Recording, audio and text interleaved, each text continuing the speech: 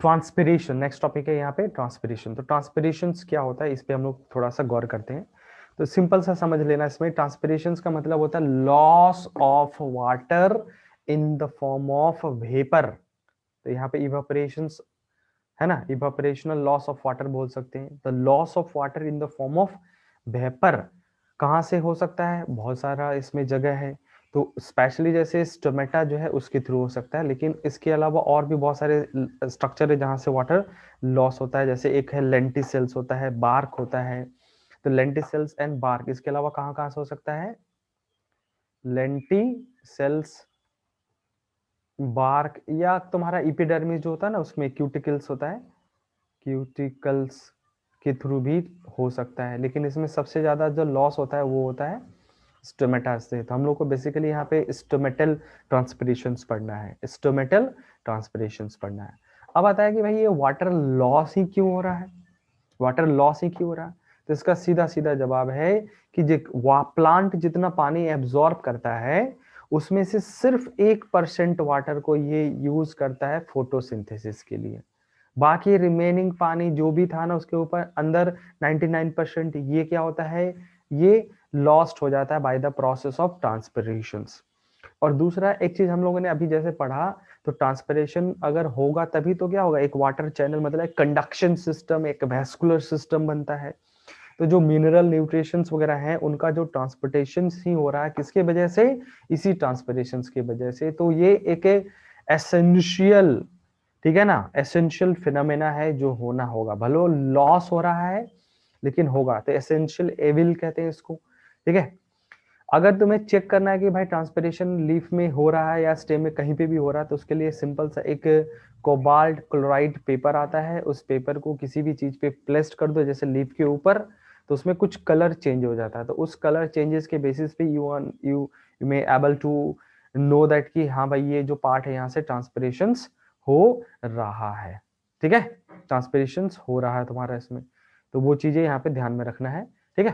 तो cobalt chloride paper जो होता है that will turn colour when absorb the water, जब भी एब्जॉर्प्शन होता है, तो एब्जॉर्प्शन हो रहा है तो मतलब वहां पे ट्रांसपिरेशन हो रहा है। During transpiration exchange of oxygen and carbon dioxide in leaf also occur। तो ऑब्वियसली जैसे मान लो हम लोग पढ़ रहे हैं स्टोमेटल ट्रांसपिरेशन, तो स्टोमेटा से गैसेस एक्सचेंज भी साथ में होता है, प्लस ट्रांसपिरेशनल लॉसेस जो हो रहा है वाटर वेपर्स के फॉर्म में, तो वो भी होगा, दोनों चीजें होगी साथ में, ठीक है। अब ट्रांसपिरेशन जो है हमें, जो स्पेशली मैंने बोला कि स्टोमेटल ट्रांसपिरेशन पढ़ना है, तो स्टोमेटल ट्रांसपिरेशन में ये स्टोमेटा का स्ट्रक्चर होता है। तो स्टोमेटल स्ट्रक्चर्स में क्या हो गया बोलो, स्टोमेटल स्ट्रक्चर्स में यहाँ पे तीन चीजें होता है, एक होता है गार्ड सेल्स, दूसरा होता है सब्सिडरी सेल्स, और तीसरा जो होता है ये है स्टोमेटल पोर। ये वाला जो पार्ट है तो यहाँ पे लिख देता हूं मैं, इसको बोलते हैं स्टोमेटल पोर, ठीक है, स्टोमेटल पोर, स्टोमेटल पोर होता है, ठीक है। अच्छा, साथ में ये भी गौर कर लेना तुम लोग कि ये जो गार्ड सेल्स है ये ध्यान में रखना है, मोनोकोट और डाइकोट दोनों में अलग अलग होता है। तो अगर गार्ड सेल्स हम देखते हैं मोनोकोट में, तो उसमें होता है तेरा डम बेल शेप होता है। और अगर हम डाइकोट में देखते हैं, जैसा कि सामने बना है डाइकोट में, तो ये बीन शेप में होता है, किसमें, बीन शेप में होता है तेरा इसमें, ठीक है। आई बात समझ में। तो डाइकोट और मोनोकोट इन दोनों में ठीक से हो जाता है तेरा इसमें, ठीक है। मॉडिफिकेशंस, अब यहाँ पे ये तेरा गार्ड सेल्स होता क्या है ना, गार्ड सेल्स होता है मॉडिफाइड एपिडर्मल सेल्स होता है, ग्रीन होता है और इसमें क्लोरोप्लास्ट होता है, लेकिन ध्यान में रखना है रूबिस्को नहीं होने की वजह से फोटोसिंथेसिस नहीं करता है इसमें, बट ये स्टार्च स्टोर जरूर कर लेगा, स्टार्च स्टोर कर लेता है। और इसका जो सेल वाल होता है उसमें डिफरेंशियल थिकनिंग मिलता है। डिफरेंशियल थिकनिंग का मतलब हो गया कि जो आउटर वाल होता है थिन और इनर वाल होता है थिक, मतलब ये इनर वाल जो है ये वाला ये थिक होता है, थिक होता है, और बाहर वाला ये थिन होता है तुम्हारा इसमें, कैसा होता है, थिन होता है तुम्हारा इसमें। आई बात समझ में। तो डिफरेंशियल थिकनिंग होता है, और वो चाहे मोनोकोट का हो या डाइकोट का हो, ठीक है। हाँ, अब यहाँ इस गार्ड सेल्स का सबसे इंपॉर्टेंट स्ट्रक्चर ये जो दिख रहा है ना, इसको बोलते हैं सेलुलोज फाइबर्स, बोलते हैं सेलुलोज माइक्रोफाइबर्स, या इसको रेडियल माइसेलेशंस कहते हैं। क्या बोलते हैं इसको? रेडियल माइसेलेशन। मैं स्पेलिंग फिर से लिख देता हूं, रेडियल माइसिलेशंस, रेडियल माइसिलेशंस, ठीक है, रेडियल माइसिलेशंस, ठीक है, रेडियल माइसिलेशंस, ठीक है। ये होता है क्या? सेलुलोज का माइक्रोफाइबर्स होता है, ध्यान में रखना, सेलुलोजिक माइक्रोफाइबर्स होता है, और इसी के वजह से स्टोमेटा ओपन और क्लोज होता है। कैसे होता है उसको आगे हम लोग देखते एक्सप्लेन करते हैं। अभी फिलहाल तो गार्ड सेल तुम्हें आई होप समझ में आ गया होगा। नेक्स्ट आ जाओ, गार्ड सेल्स का ओपनिंग एंड क्लोजिंग, ठीक है, ओपनिंग क्लोजिंग ऑफ स्टोमेटा, ठीक है, इस पे फोकस करते हैं। देख, स्टोमेटा ओपन और क्लोज जो भी फिनोमेना है वो due to the guard cells की वजह से ही होता है। किसके? Guard cells. गार्ड सेल्स में जब भी क्या होता है, ओपी बढ़ता है या ओपी घटता है, तभी ये स्टोमेटा ओपन एंड क्लोज होता है। ध्यान में रखना, ओपी, ओपी क्या था? ऑस्मेटिक प्रेशर्स, और ऑस्मेटिक प्रेशर जैसे सॉल्यूट ऐड करते हैं तो ओपी बढ़ता था। याद करो, हम लोगों ने पहला पढ़ा था थीसल फनल एक्सपेरिमेंट्स जो पढ़ा था स्टार्टिंग में, जिसमें सुक्रोज ऐड करने से क्या होता था, उसमें ऑस्मेटिक प्रेशर्स बढ़ जाता था, ठीक है, तो उससे याद करना। अब ये कैसे बढ़ेगा, घटेगा, वो हम लोग बाद में डिस्कस करेंगे, बट इतना एकदम दिमाग में इसको ऐड कर लो अपने मेमोरीज में कि व्हेनेवर ओपी इंक्रीज करेगा देन ये स्टोमेटा ओपन। कैसे? देखो, ओपी बढ़ेगा तो जो वाटर पोटेंशियल वो घट जाता है, और वाटर पोटेंशियल घटेगा तो क्या प्रोसेस होगा? एंडोस्मोसिस। एंडोस्मोसिस मतलब गार्ड सेल्स सराउंडिंग जैसे सब्सिडरी सेल से या उसके बगल में जो मेजोफिल सेल्स हैं उससे वाटर एब्जॉर्ब करना स्टार्ट करता है। वाटर एब्जॉर्ब होगा, एंडोस्मोसिस को कहा, तो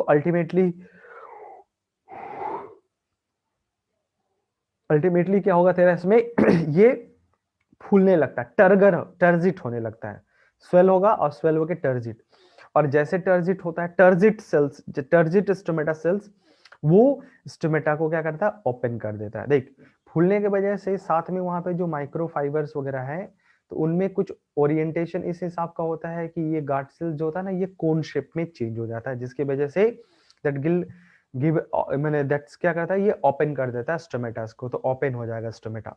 उसी तरह से अगर ओपी डिक्रीज होता है, तो ओपी डिक्रीज होगा तो वाटर पोटेंशियल बढ़ जाएगा, और वाटर पोटेंशियल बढ़ेगा तुम्हारा तो एक्सोऑस्मोसिस होता है। क्या होता है? एक्सोऑस्मोसिस होता है, ठीक है, और एक्सोऑस्मोसिस मतलब वाटर लॉस होगा, और वाटर लॉस होने से वजह से जो गार्ड सेल होता है फ्लैसिड, और फ्लैसिड सेल्स जो होता है ना, उसका ये जो तेरा इस तरह से जो मतलब कर्व शेप था इनर वॉल का, वो स्ट्रेट हो जाता है, जिसकी वजह से स्टोमेटा क्या होता है? क्लोज जैसा दिखता है तुम्हारा इसमें, तो स्टोमेटा क्लोज हो जाएगा तुम्हारा इसमें, फ्लैसिड।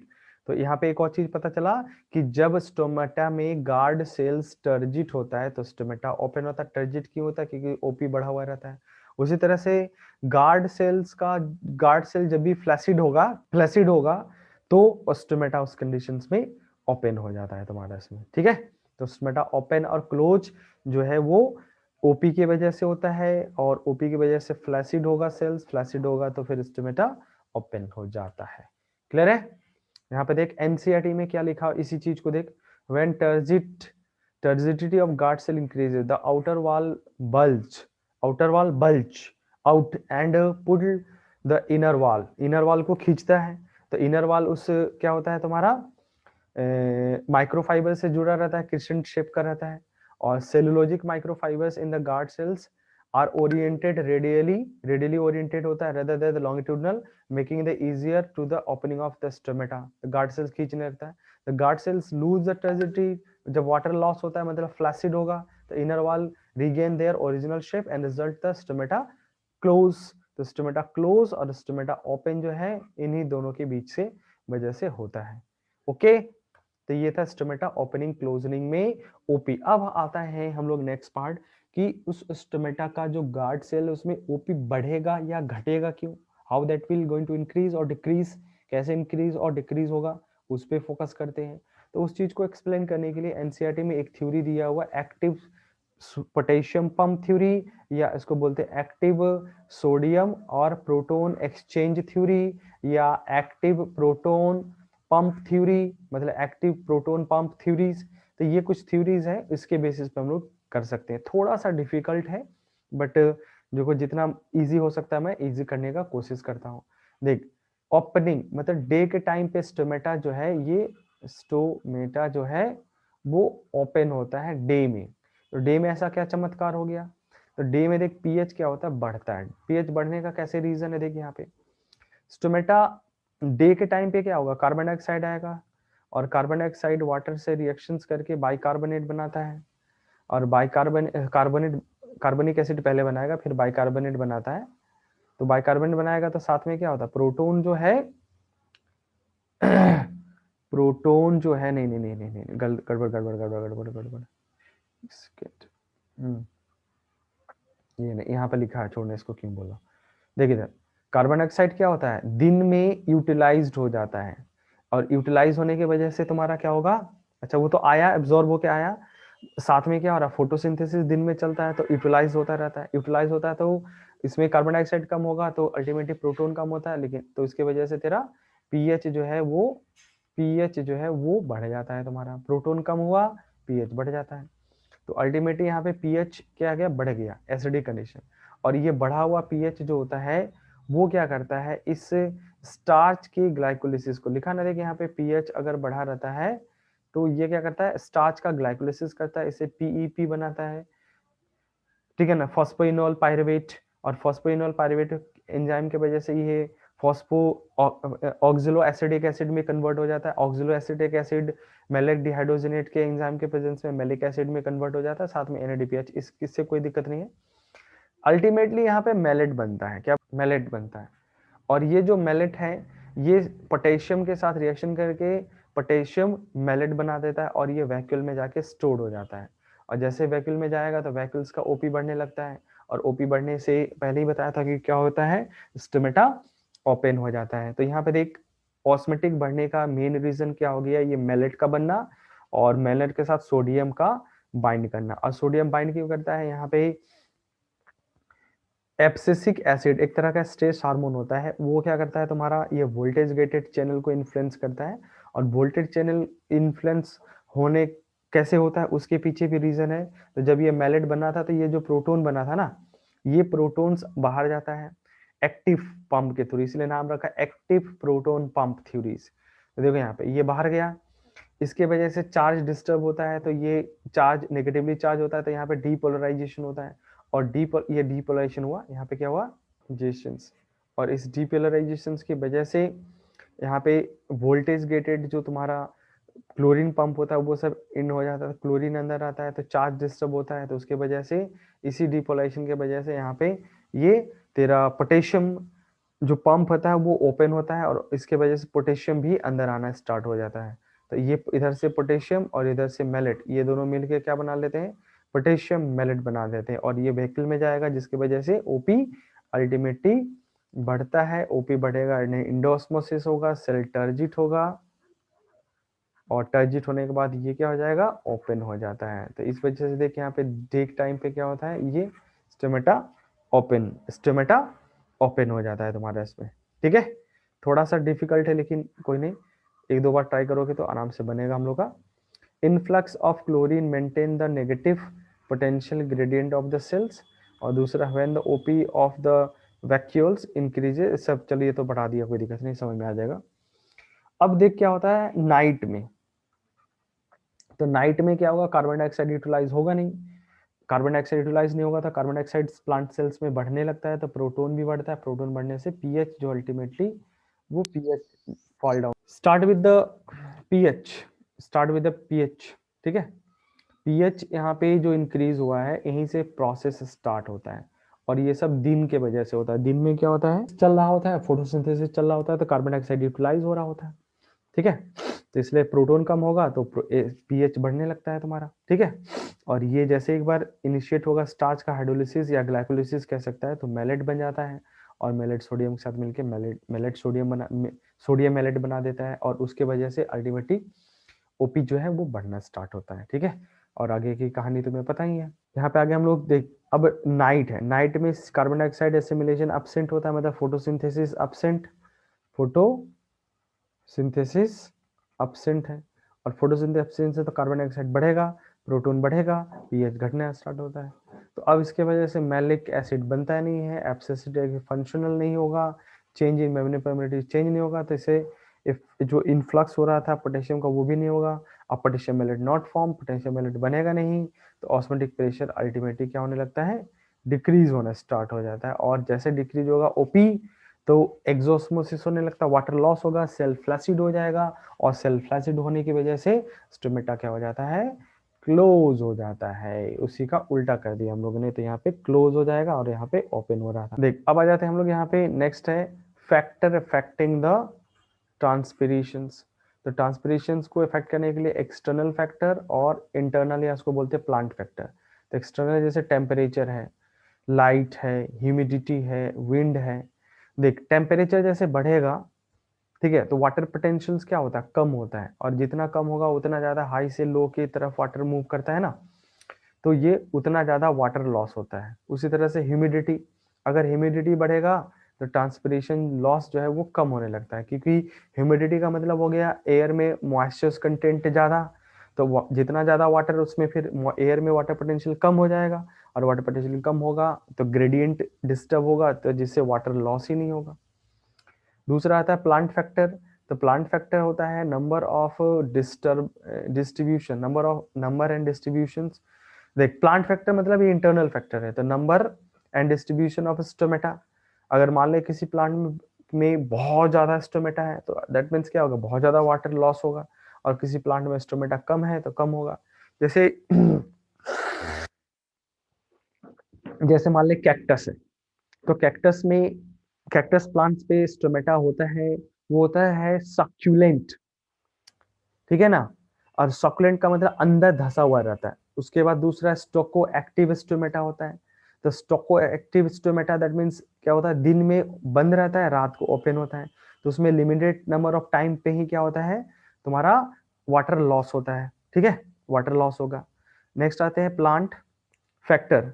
तो प्लांट फैक्टर में number and distributions of the osmotic, ठीक है, एक हो गया। दूसरा आ जाता है stomata sorry, the number of stomata, ये भी हो गया। Water status of the plant और कैनोपी। वाटर स्टेटस का मतलब हो गया, मान ले जैसे कोई प्लांट हाइड्रोफाइट्स है, हाइड्रोफाइट्स, तो वहां पे वाटर अवेलेबिलिटी बहुत ज्यादा है, तो उसमें वाटर लॉस बहुत ज्यादा होगा, कोई फर्क नहीं पड़ता है।